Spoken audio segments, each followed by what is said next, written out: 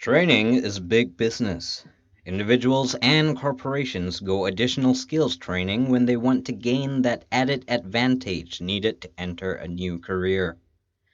Companies of various sizes usually have a human resource department dedicated to training new employees as well as those already in the game to gain in required job skills or upgrade existing ones.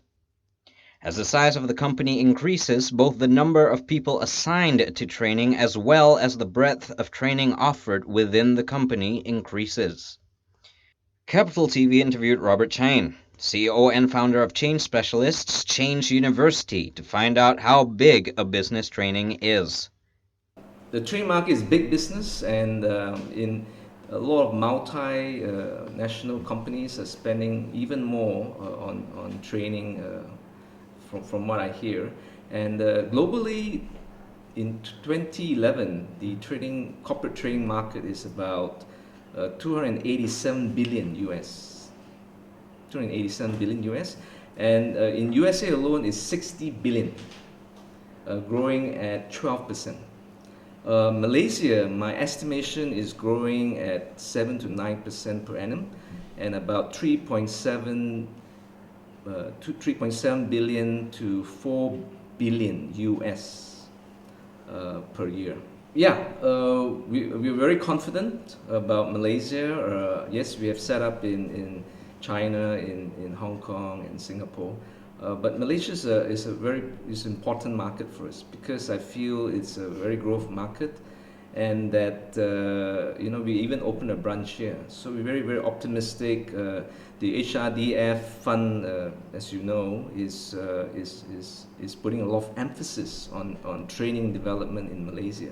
So therefore, with HRDF is about 1% that the company must allocate out of the total amount of salary to the fund. So, and it must be with external trainers. So therefore, that kind of forces the corporations to bring in external technologies, which I think is a very positive sign. Okay, I must say about the current education system is actually going backwards, if you ask me. First of all, English is the language of business, IT, science, maths in the world, and also for international business. So in fact, if you compare the People's Republic of China, the prediction is in 10 years, China will have the biggest amount of English speakers in the world. So I think we will be behind if we don't put emphasis on English. Plus also this point about history. To me, history is not as important subject, but they're trying to make it important.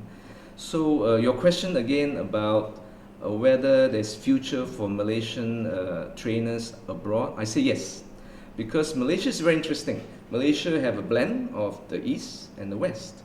So I think they're in a very good position to have a blended form of training. That means the best of East, best of the West, and able to be adapted to either the Asian scenario or even the Western scenario. In fact, the West are very interested in Eastern or Asian management philosophy. So I think there is a good growth for Malaysian to go abroad. Okay, I have some last thoughts. I have a metaphor, which is the Russian doll. You know, the Russian doll, when you open the Russian doll, you have a smaller and smaller piece. You can see that there's the biggest piece, and it goes smaller. You open another one, there's a smaller and smaller piece. And the tiniest piece is here. I often say, as a CEO, I'm actually this piece. So what I'm interested is to hire people better, more effective, and more professional than even myself. But a lot of insecure managers would like to hire people smaller than them, less competent, and less skilled than them. To me, it is a mistake. It is a sign of insecurity. So if you do that, then what you're going to have is a company of dwarfs, which is not what you want.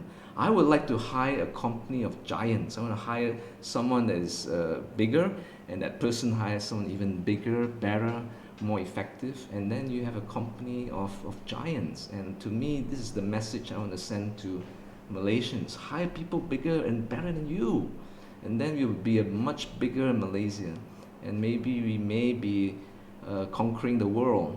That's my message. Thank you. For more information on Change University, check out their website at changeuniversity.com.